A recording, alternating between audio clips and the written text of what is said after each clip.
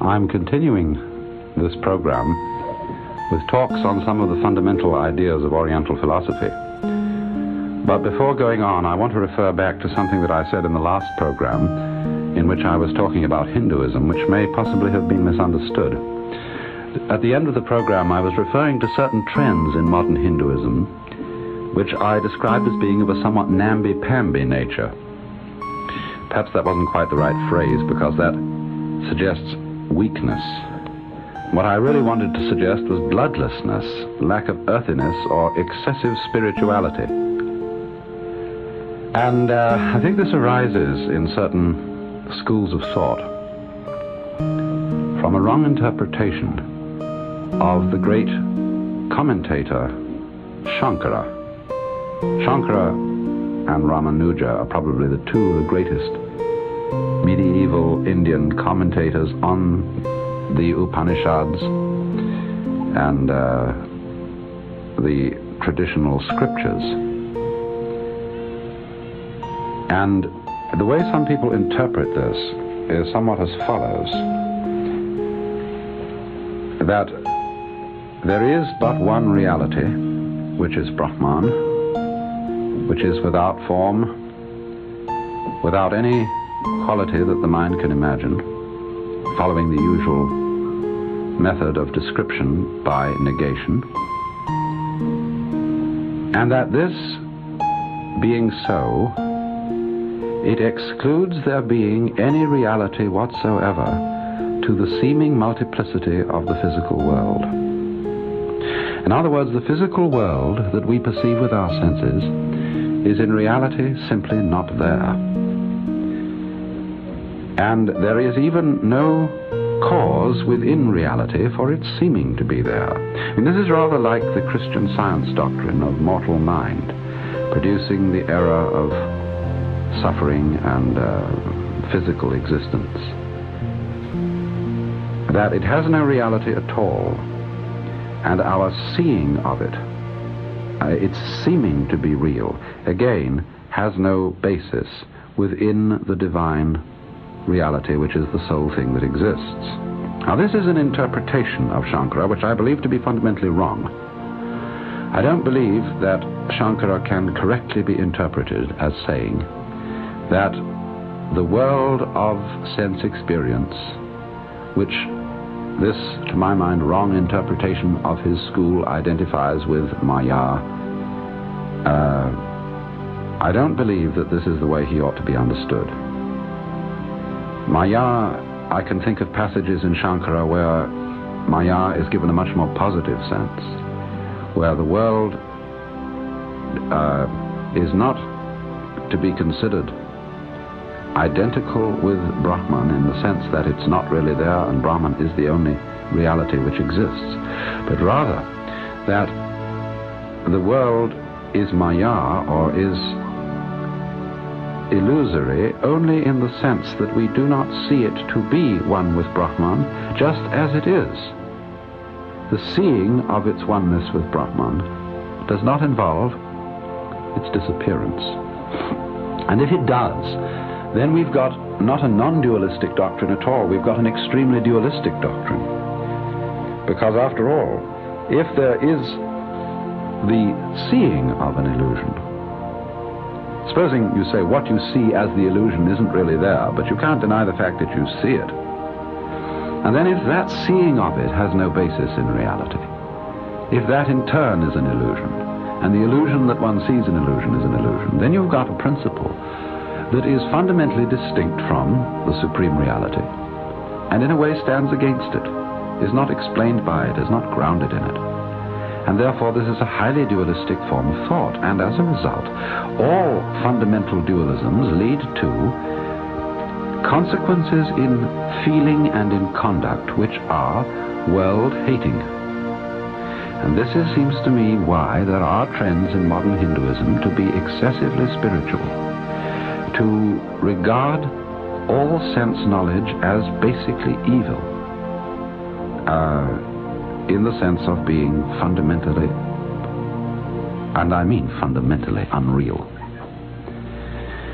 And this, in other words, is what I wanted to indicate about these trends in modern Hinduism which I do not feel are representative at all of either Shankara's doctrine or the doctrine of the Upanishads, upon which the whole tradition of Hinduism is based. Now then, today I want to go on to the subject of Buddhism. Buddhism originates in India, somewhere between 6 and 500 BC. There is always some conjecture about the exact dating of individuals at this time, but it was during this period that there lived a man called Gautama. And Gautama was the son of a king, or perhaps tribal chieftain, who lived very close to modern Nepal in the north of India. And Buddha is a title given to this man.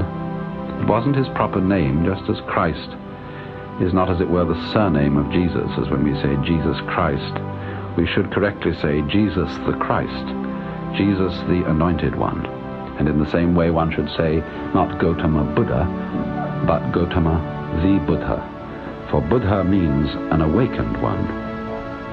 A man who woke up, who, in other words, you must understand this term within the whole Hindu tradition, a man who is no longer spellbound by Maya, by the seeming separateness of all the things in this world. That's one of the forms of Maya. And so a Buddha is not a unique historical character. There can be, and it is supposed that there have been, innumerable Buddhas. But the idea of a Buddha is related to the Hindu idea of an avatar, which means an incarnation of the Godhead in human form.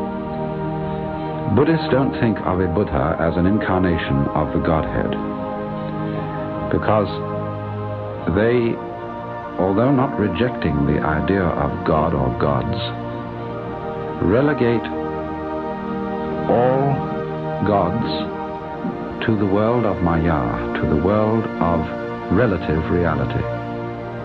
And in this sense, a Buddha is felt in some way to be superior even to the gods. Let's put it in this way. Perhaps some of you have seen what is a sort of fundamental illustration of the principles of Buddhism, a diagram or map-like thing called the Wheel of Life. And in Tibetan versions of the Wheel of Life, you will notice that the wheel is divided into 6 realms. And these 6 realms include human beings, gods, or perhaps angels would be a better term for devas, spirits of wrath called asuras, personifications of the destructive forces of nature, animals, then what are called naraka, or purgatories, preta, or tormented, frustrated spirits with tiny mouths and immense bellies, having, in other words, immense appetite but very little means of satisfying it, and then again humans. And the basic idea of Buddhism is that awakening, Buddhahood, can be attained only from the human state. Deliverance from the vicious circle which the wheel represents, life considered as a vicious circle. The gods are too powerful and too happy to concern themselves to be delivered. At the opposite extreme, the people in the narakas, the tormented souls in purgatory, as it were, are too miserable. The animals too dumb, the asuras too angry, and the pretas too frustrated.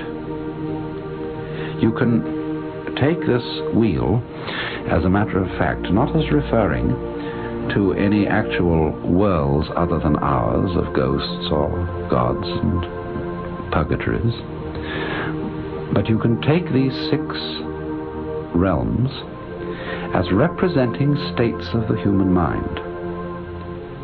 and the human state as representing even-mindedness, what is called in Sanskrit upeksha, equanimity. Now, when it is said then that one can become a Buddha only from the human state, it means, you see, that a Buddha stands above the gods as being released from the wheel. In very popular Buddhism, of course, as in popular Hinduism, the idea of the wheel is taken rather literally. It is, in other words, believed that the individual passes from life to life,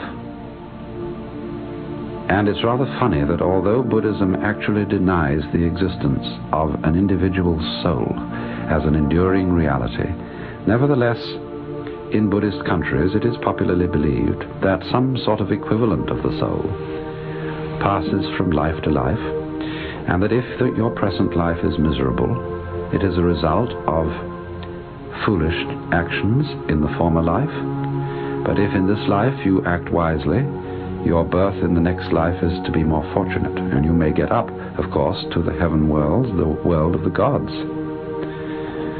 But human birth is the thing that is always regarded as most fortunate, because you can be tied to the wheel not only by chains of iron, that is to say by acting wrongly, you can also be bound by chains of gold, that is by acting wisely so as to inherit good fruits.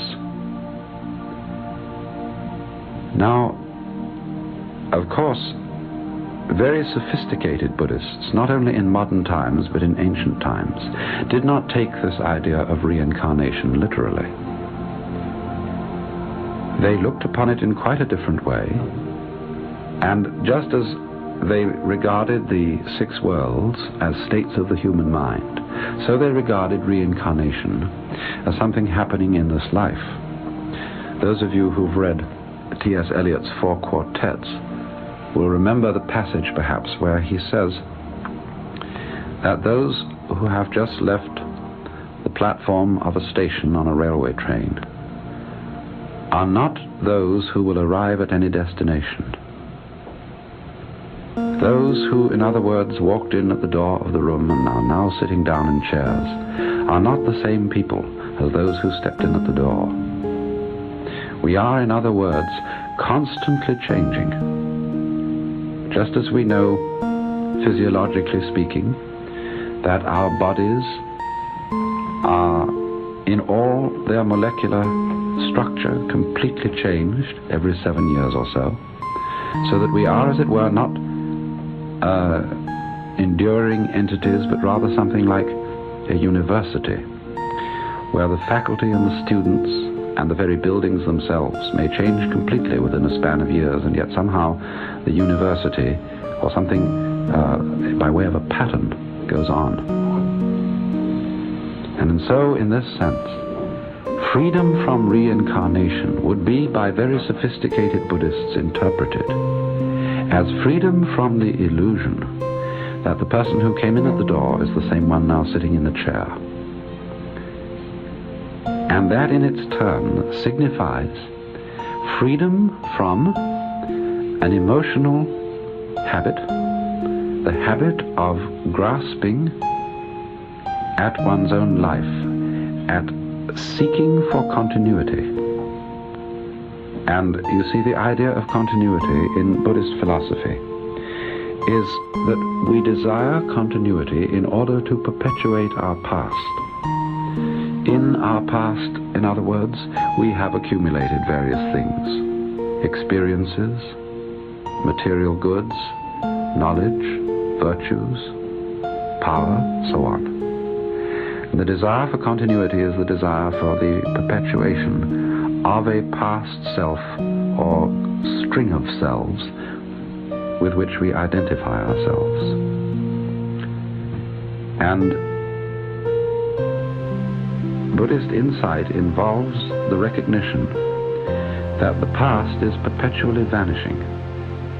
There really is no past to continue, and therefore to cling to it, to identify oneself with it, is to perpetuate an illusion resulting in incessant frustration, resulting indeed in that very vicious circle which the symbol of the wheel represents. Buddhist insight involves the recognition that the past is perpetually vanishing. There really is no past to continue, and therefore to cling to it, to identify oneself with it, is to perpetuate an illusion resulting in incessant frustration, resulting indeed in that very vicious circle which the symbol of the wheel represents. Now, Gautama made it very easy to summarize his teaching. He was really quite an adept in what we call mnemonics, in putting things in simple forms so that they could easily be remembered. And he summed up the whole of his doctrine in what is called the Fourfold Noble Truths. And although it becomes sometimes awfully boring to read fundamental text on Buddhism, which just go over these things again and again, I think it's only boring if one goes over them in the very formal way that these texts adopt.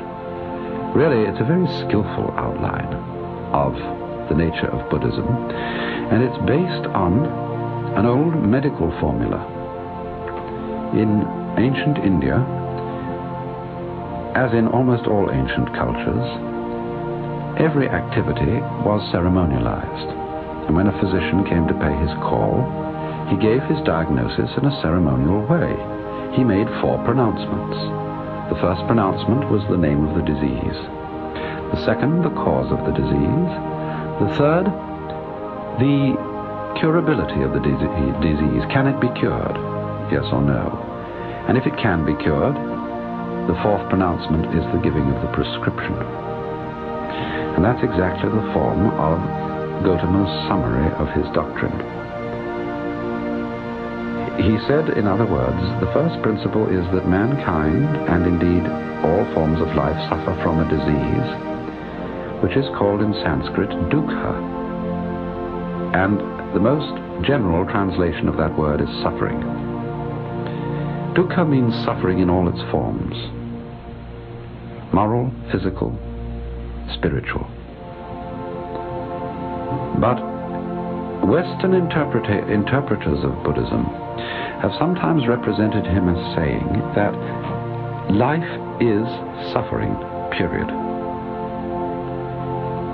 In other words, of enunciating a highly pessimistic and world-hating doctrine, that to be alive is to suffer, and that, in other words, the amount of joy, of positive pleasure in life is, after all, so negligible that the game is not worth the candle.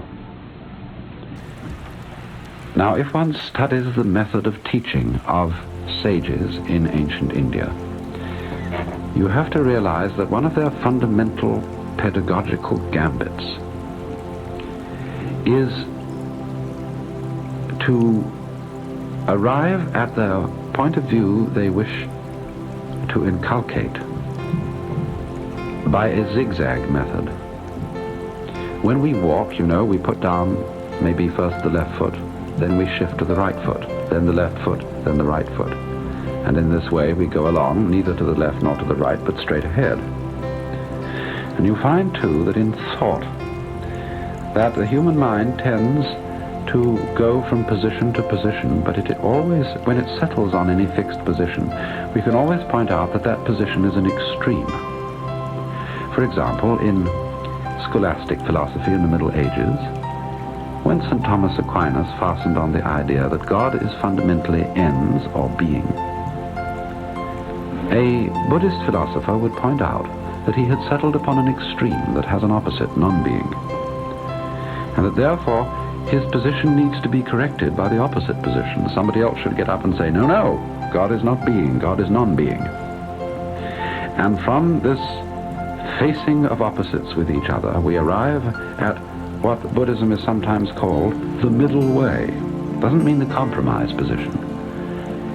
The middle way is the doctrine of relativity, of showing that all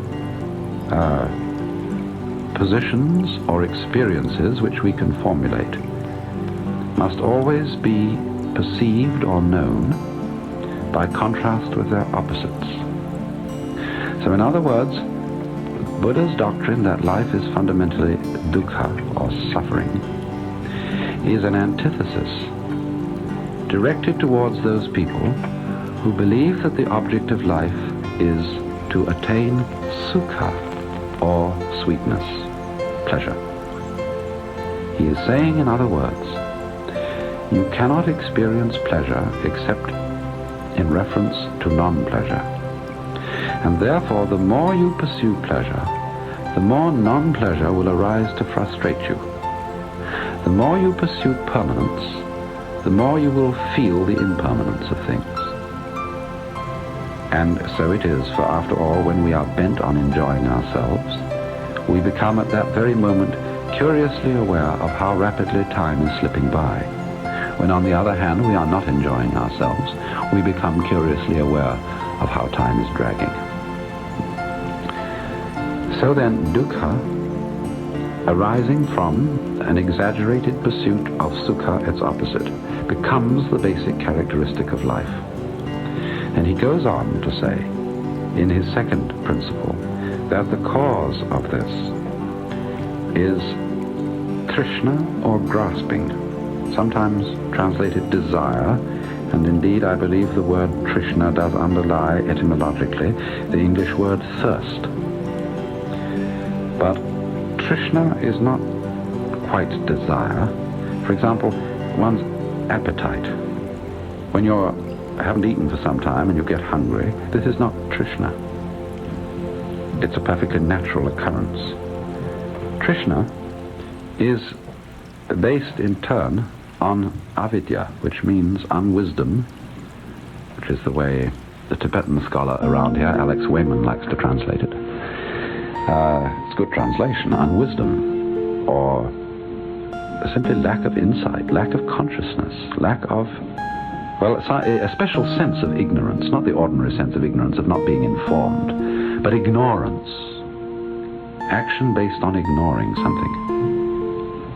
And ignorance is not realizing the relativity of experiences, not realizing the inseparability of pleasure and pain, existence and non-existence, life and death, up and down, good and bad.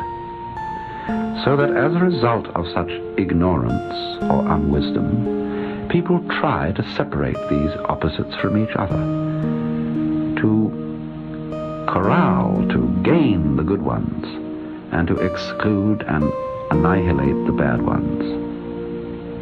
And as a result of that, because these opposites exist mutually, they go round in circles. And that mutual existence of these opposites is really, it seems to me, the basic meaning of the doctrine of karma, which is involved in Buddhism, the doctrine of conditioned action, which Buddha epitomized in the phrase, this arises, that becomes.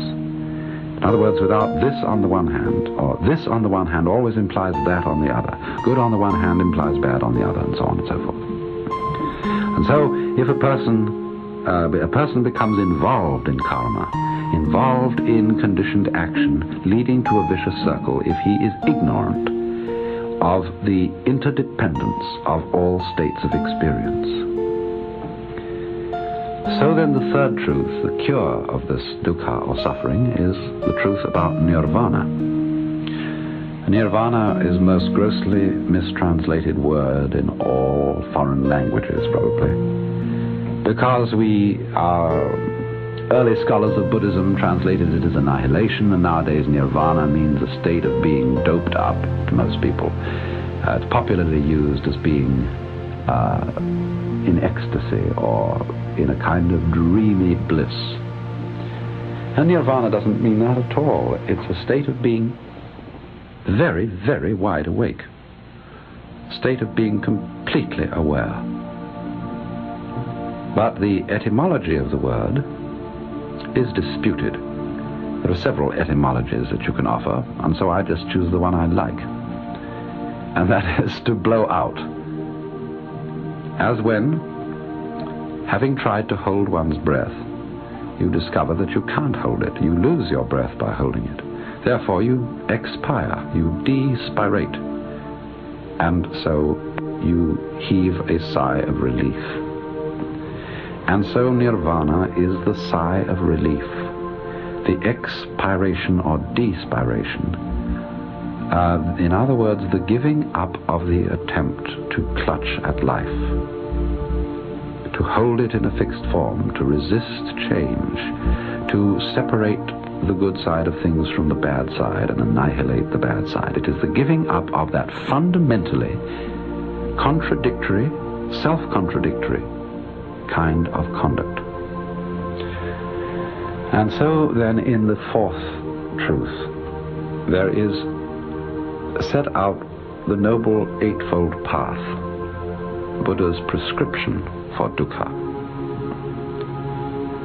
And the Noble Eightfold Path is really in three divisions, one of which concerns itself with understanding, might almost say intellectual understanding of the doctrine. The one is concerned with conduct, and the third part of it is concerned with a state of consciousness or meditation.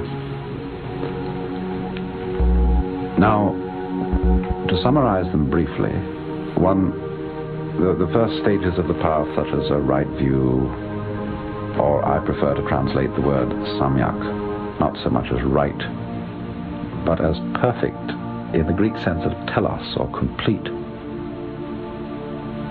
And thus, to have a complete view is a view which does not take sides, which takes the middle path, which in other words does not go off to extremes, and so on. The part of the Eightfold Path that is concerned with conduct. Buddhism is often represented as having a very exalted ethical system, and this is true, in a way it does. But also one must recognize that the difference between Buddhism and Christianity, as at any rate as Christianity is ordinarily taught, is that these ethical ideas are not commandments. They are really forms of expedient conduct. The Buddha counseled his followers to take upon themselves certain obligations, say of not killing, of not stealing, of not exploiting the senses, of not getting drunk or intoxicated with poisons, not lying. Not because these were against the will of God or against the fundamental laws of the universe, but because they are inexpedient forms of conduct for a person who wants to wake up. After all, if you get thoroughly doped up, you're not liable to be very wide awake. And then, finally, the end of the path, the last stages of it, are concerned with one state of consciousness, with being with the process of what is sometimes called meditation, or of bringing one's mind to its maximum awareness through clear recollection.